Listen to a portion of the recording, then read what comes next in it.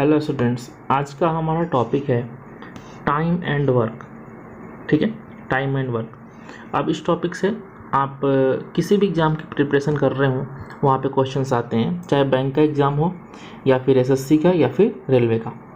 अब time and work में अगर ध्यान दें तो सबसे इम्पॉर्टेंट चीज़ इस टॉपिक में है वर्क इफ़िशिएंसी। इस टॉपिक में सबसे इम्पॉर्टेंट है वर्क इफ़िशिएंसी। ठीक है, तो इस चीज़ को, अगर वर्क इफ़िशिएंसी को एक बार हम लोग ढंग से समझ लेते हैं तो क्वेश्चंस हमारे लिए काफ़ी आसान हो जाते हैं। और वर्क इफ़िशिएंसी को हम लोग यहाँ पे ईटा से रिप्रेजेंट करते हैं। थोड़ा सा ये ध्यान रखिएगा कि वर्क इफ़िशिएंसी को हम लोग रिप्रेजेंट करते हैं किससे? ईटा से। ठीक है, अब वर्क इफ़िशिएंसी क्या होती है? तो अगर हम डेफिनेशन की बात करें तो वर्क इफ़िशिएंसी होती है work done per unit time. Work done per unit time यानी किसी भी यूनिट टाइम में आप कितना काम करते हैं वो होती है आपकी इफ़िशिएंसी। आप एक घंटे में कितना काम करते हैं, आप एक मिनट में कितना काम करते हैं, आप एक दिन में कितना काम करते हैं, ये सब कुछ आपकी इफ़िशिएंसी होती है।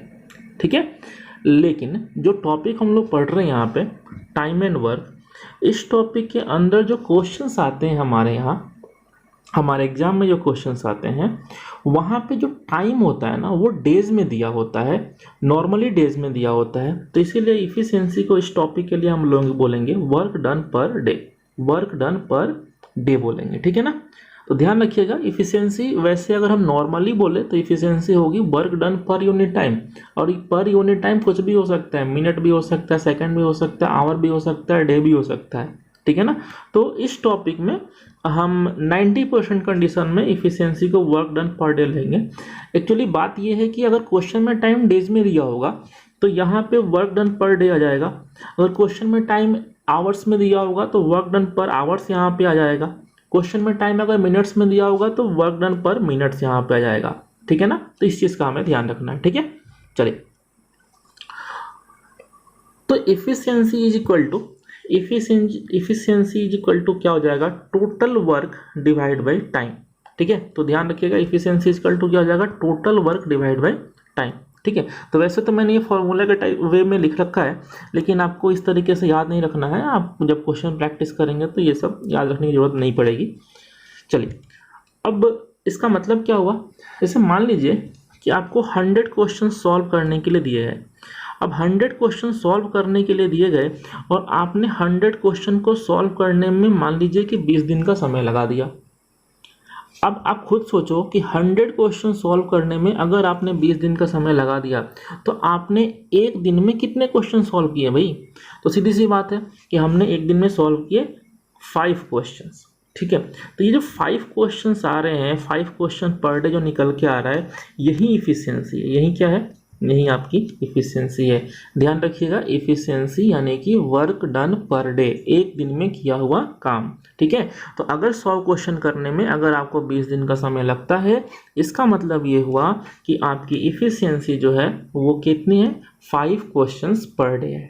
ठीक है, चलिए, अब मान लीजिए कि आपका कोई दोस्त है और उस दोस्त ने क्या किया कि 100 क्वेश्चन जो है वो 5 दिन में ही कर दिया कंप्लीट। अब 100 क्वेश्चन को अगर आप 5 दिन में कंप्लीट कर दिया जाए तो फिर इफ़िशिएंसी यहाँ पे देखिए, इफ़िशिएंसी क्या हो जाएगी? 20 क्वेश्चंस पर डे हो जाएगी। ठीक है ना, तो यहाँ पे आपने एक चीज़ देखा होगा कि अगर क्वेश्चन को 100 क्वेश्चन को अगर हम यहाँ पे 20 दिन में करते हैं तो हमारी इफ़िशिएंसी 5 क्वेश्चंस पर डे आती है। और 100 क्वेश्चंस को अगर हम 5 दिन में करते हैं तो हमारी इफ़िशिएंसी 20 क्वेश्चंस पर डे होती है। तो कहने का मतलब ये है कि किसी भी काम को करने में अगर आपको समय कम लगता है, किसी भी काम को करने में अगर आपको समय कम लगता है, इसका मतलब ये हुआ कि आपकी इफ़िशिएंसी ज़्यादा हो जाएगी। सीधी सी बात है ना, किसी भी काम को करने में अगर आपको समय कम लगता है यानी आपकी इफ़िशिएंसी ज़्यादा है। और इसी का उल्टा भी बोल सकते हैं कि भाई अगर आपको समय ज़्यादा लगता है यानी कि आपकी इफ़िशिएंसी कम है।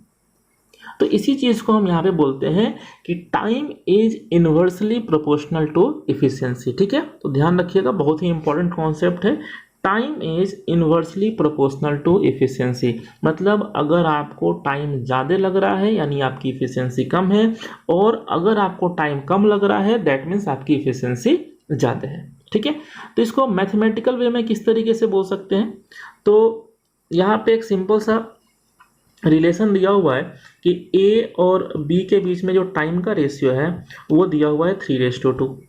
तो ए और बी के बीच में टाइम का रेशियो अगर 3:2 है तो इफिशियंसी का रेशियो क्या हो जाएगा, तो सीधी सी बात है भाई कि time is inversely proportional to efficiency, तो टाइम का रेशियो 3:2 है तो इफिशियंसी का रेशियो हो जाएगा 1/3:1/2। ठीक है, और चूंकि रेशियो जो है हम फ्रैक्शन में शो नहीं करते हैं तो फ्रैक्शन को इंटीजर में चेंज करने के लिए मैंने यहाँ पे किसका मल्टीप्लाई कर दिया, 6 का, तो इफिशियंसी का रेशियो क्या हो जाएगा 2:3। तो इस चीज़ को हम डायरेक्टली भी बोल सकते हैं कि अगर ए और बी के बीच में टाइम का रेशियो 3:2 है तो इफिशियंसी का रेशियो क्या हो जाएगा 2:3। अगर ए और बी के बीच में टाइम का रेशियो मान लीजिए कि 5:4 है तो इफिशियंसी का रेशियो क्या हो जाएगा 4:5। जो भी टाइम का रेशियो होगा उसका उल्टा कर देना है, याद रखिएगा। ठीक है, चले, तो अभी तक जो भी मैंने यहाँ आपको बताया है ये सब कुछ बेसिक कॉन्सेप्ट है। वैसे बेसिक कॉन्सेप्ट और भी कुछ आएंगे आगे, तो वो हम आगे आने वाले क्लासेस में डिस्कस करते हैं। अभी तक जो हमने आज की क्लास में पढ़ा है उस पर कुछ क्वेश्चंस कर लेते हैं। ठीक है, चलिए, तो पहला क्वेश्चन है हमारा,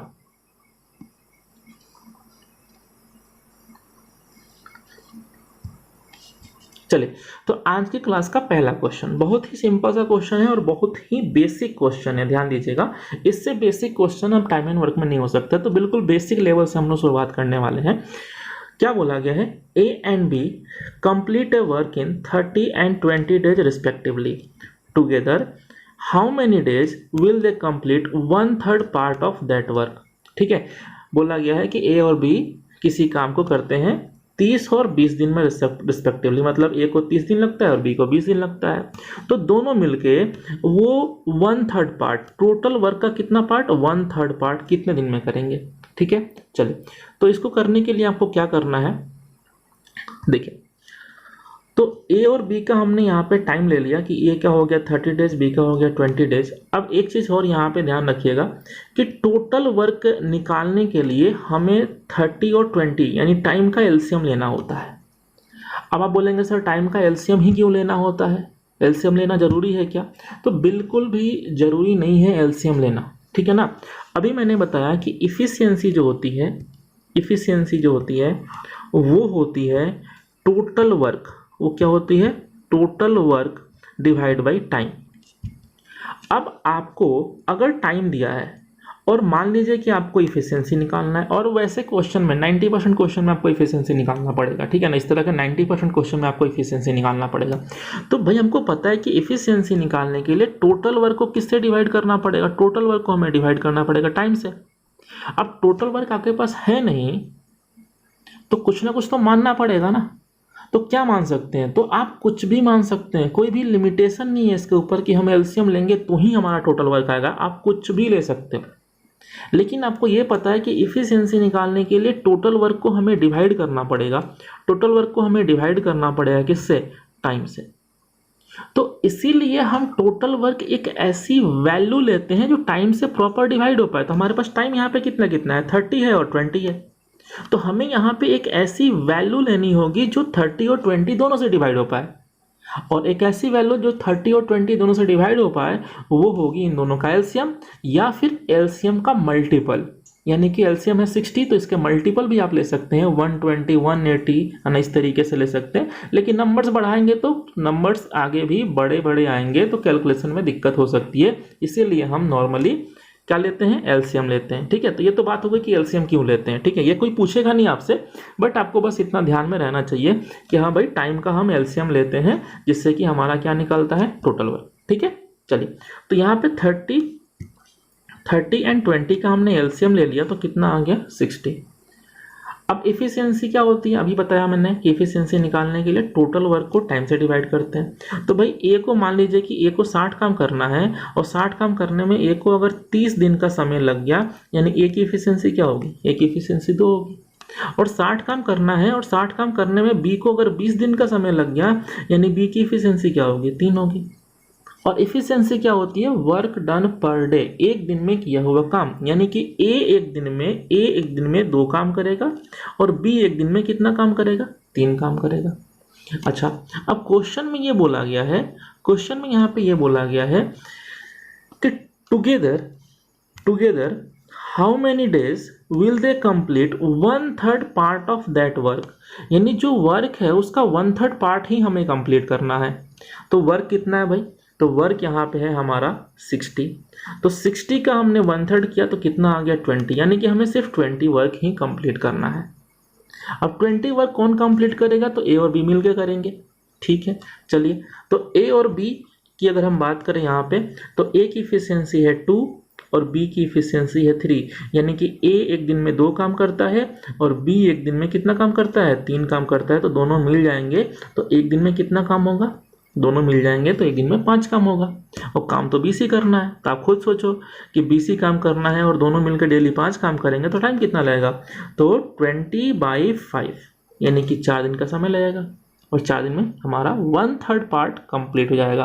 अब मान लीजिए कि इसी क्वेश्चन में आपसे ये पूछा होता कि बताओ कितने समय में पूरा काम खत्म हो जाएगा, तो पूरा काम हमारे पास कितना है, तो पूरा काम हमारे पास है 60 और दोनों मिलकर करेंगे तो डेली 5 ही काम करेंगे भाई। पूरा काम है 60 और डेली 5 काम करेंगे, तो इस कंडीशन में पूरा काम खत्म करने में टाइम कितना लगेगा, तो 60/5, यानी कि हमको लगेगा यहाँ पे 12 दिन का समय। ठीक है, चलिए नेक्स्ट क्वेश्चन देखते हैं। ठीक है, तो नेक्स्ट क्वेश्चन है हमारा, इस क्वेश्चन को ध्यान से पढ़ते हैं। देखिए क्या बोला गया है, Ravi can complete a work in 10 days, Hari can complete the same work in 15 days, Ravi start working and after 4 days Hari join him, how many days more will they take to complete the remaining work. ठीक है, तो इस question को आपने ध्यान से देखा, क्या बोला गया है कि रवि को जो टाइम लगता है, रवि को जो टाइम लगता है वो तो लगता है 10 days लगता है, रवि को लगता है 10 days और हरी को लगता है कितना, 15 days। तो रवि का हमने टाइम ले लिया 10 days, हरी का टाइम ले लिया 15, 10 और 15 का एलसीएम कितना हो गया, 30। ठीक है, तो इफिशियंसी क्या हो जाएगी, इफिशियंसी निकालने के लिए क्या करना पड़ेगा, टोटल वर्क को टाइम से डिवाइड करना पड़ेगा। तो भाई 30 काम करना है, रवि करता है 10 दिन में, तो रवि एक दिन में कितना काम करेगा, रवि एक दिन में 3 काम करेगा। 30 काम करना है, हरी करता है 15 दिन में, तो हरी एक दिन में कितना काम करेगा, तो हरी एक दिन में 2 काम करेगा। ठीक है, अच्छा, अब इसमें बोला गया है कि रवि स्टार्ट वर्किंग, यानी कि रवि ने काम करना शुरू किया, अब शुरू में रवि ही है सिर्फ। After 4 days Hari join him, यानी कि 4 दिन बाद हरी ज्वाइन करता है, यानी कि हम यहाँ पे ये बोल सकते हैं कि फर्स्ट 4 days भाई यहाँ पे सिर्फ किसने काम किया होगा, तो फर्स्ट 4 days सिर्फ यहाँ पे रवि ने काम किया होगा। और हमें पता है कि रवि जो है वो डेली 3 काम करता है, तो डेली 3 काम करता है तो 4 दिन में रवि कितना काम कर देगा, तो डेली 3 के हिसाब से 4 दिन में 3 × 4 यानी कि 12 काम कर देगा। तो हम बोल सकते हैं कि फर्स्ट 4 days में कितना वर्क कंप्लीट हो गया, 12 वर्क कंप्लीट हो गया, और ये वर्क किसने किया, रवि ने किया। लेकिन काम कितना करना था, तो वही काम तो 30 करना था। तो हम यहाँ पे बोल सकते हैं कि रेस्ट ऑफ वर्क, यानी बचा हुआ काम जो है भाई 30 में से 12 काम हो गया, तो कितना काम बच गया बताओ, 18 वर्क बच गया। ठीक है, अब देखो कि 30 में से अगर 12 काम हो गया तो 18 काम बच गया है। अब आगे क्वेश्चन में क्या बोला गया है, क्वेश्चन में ये बोला गया है कि how many days more will they take to complete the remaining work, यानी बचा हुआ काम, रिमेनिंग वर्क को खत्म करने में और कितने दिन का समय लगेगा। ठीक है, तो बचा हुआ काम कितना है, तो बचा हुआ काम हमारे पास है 18। ठीक है, अब देखो शुरू में तो रवि अकेले काम कर रहा था, और शुरू में रवि अकेले काम कर रहा था तो डेली 3 काम कर रहा था।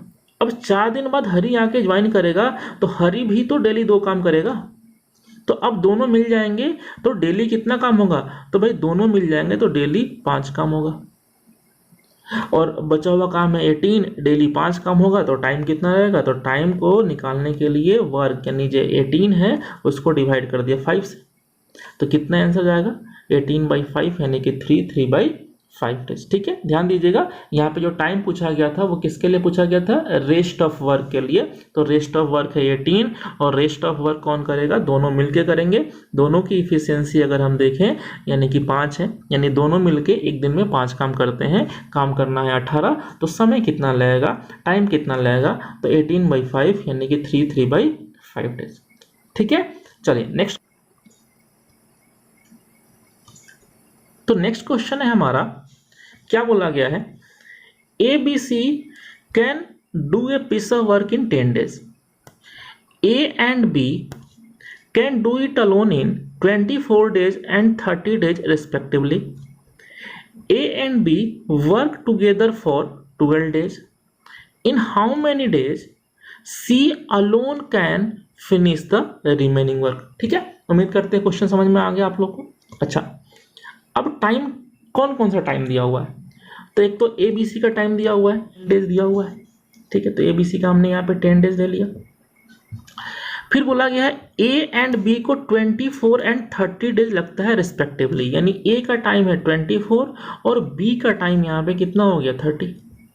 ठीक है, अच्छा, अब यहाँ पे जो बच्चे शुरुआत में गलती ये करते हैं कि वो ये देख लेते हैं कि A and B work together for 12 days, तो ये समझते हैं कि ये A plus B, A and B का टाइम दिया हुआ, ए एंड बी का ये टाइम दे दिया गया है यहाँ पे 12 days, जो कि गलत है। यहाँ पे ये नहीं दिया हुआ है ना, ये चीज़ को यहाँ पे कंसीडर नहीं करना है। नहीं तो यहाँ पे कुछ बच्चे इस तरीके से लिख लेते हैं कि भाई ए प्लस बी और 12, तो 12 को भी काउंट कर लो इनमें, इसके साथ। तो ऐसा नहीं करना है। ठीक है, क्यों नहीं करना है, देखो क्या बोला गया है, A B and C can do a piece of work in 10 days, यानी कि 10 दिन में पूरा काम खत्म कर देंगे। कौन, ए बी एंड सी मिलके खत्म हो जाएगा 10 दिन में। A and B can do it alone in 24 and 30 days, यानी कि ए 24 दिन में पूरा काम खत्म कर देगा और बी 30 दिन में पूरा काम खत्म कर देगा। आगे बोला गया है A and B work together for 12 days। क्या इस लाइन को पढ़ के आपको ये लग रहा है कि ए और बी मिलके 12 दिन में पूरा काम खत्म कर देंगे? नहीं ना, तो भाई ये टोटल वर्क का टाइम नहीं है। ठीक है, तो इसलिए यहाँ पे ये नहीं लेंगे। यहाँ पे जो हम टाइम लेते हैं ये वो टाइम होता है जिस समय में पूरा काम खत्म हो सकता है। लेकिन यहाँ पे जो नेक्स्ट लाइन है ना, A and B work together for 12 days, इस लाइन को पढ़ के ये समझ में नहीं आ रहा है कि 12 दिन में पूरा काम खत्म हो जाएगा। ठीक है, चलिए तो क्या करेंगे, तो सीधी सी बात है कि ए बी सी का टाइम हो गया है, ए बी सी तीनों का साथ में टाइम हो गया है 10 days। ए का हो गया 24 और बी का कितना हो गया 30। तो इन तीनों का हमने एलसीएम लिया, एलसीएम कितना हो गया 120। अब इफिशियंसी निकालेंगे, इफिशियंसी यानी कि work done per day, work done per day, ये आप याद रख लो, रट लो इस चीज़ को कि इफिशियंसी होती है एक दिन में किया हुआ काम। अब 120 काम करना है, 120 काम करने में तीनों को 10 दिन समय लग रहा है। तो 120 काम करने में तीनों को अगर 10 दिन का समय लग रहा है, यानी कि तीनों एक दिन में कितना काम करेंगे, तो तीनों 12 काम करेंगे। 120 काम करने में ए को अगर 24 डेज का समय लग रहा है, यानी कि ए एक दिन में कितना काम करेगा, तो एक दिन में 5 काम करेगा और एक दिन में जो काम करेगा वही तो इफिशियंसी होगी। बी की बात करते हैं तो बी को कितना समय लग रहा है 30। तो 120 काम करने में 30 दिन लग रहा है, तो एक दिन में कितना काम, तो एक दिन में 4 काम। तो हमने क्या देखा यहाँ पे कि तीनों को, ए बी सी तीनों को अगर देखें तो तीनों एक दिन में 12 काम करते हैं। ए एक दिन में कितना काम करता है, 5 काम करता है, और बी एक दिन में कितना काम करता है, बी एक दिन में 4 काम करता है। तो सी कितना काम करता है भाई, तो देखो भाई ए एक दिन में 5 काम करता है, बी एक दिन में 4 काम करता है, तीनों मिला के 12 काम करते हैं। तो हम बोल सकते हैं सी कितना काम करेगा, 3 काम करेगा। कैसे भाई, 5 + 4 9 और 12 - 9 कितना हो जाएगा 3, यानी कि सी डेली कितना काम करेगा, 3 काम करेगा। ठीक है, तो यहाँ से हमने ए की इफिशियंसी निकाल ली 5, बी की इफिशियंसी निकाल ली 4 और सी की इफिशियंसी कितनी हो गई, 3 हो गई। ठीक है, आगे देखते हैं क्वेश्चन में क्या बोला गया है। आगे क्वेश्चन में ये बोला गया था A and B work together for 12 days, यानी ए और बी ने मिलकर 12 दिन तक काम किया। इसका मतलब 12 दिन में काम खत्म नहीं हो गया, अभी जिस चीज को मैं समझा रहा था ना,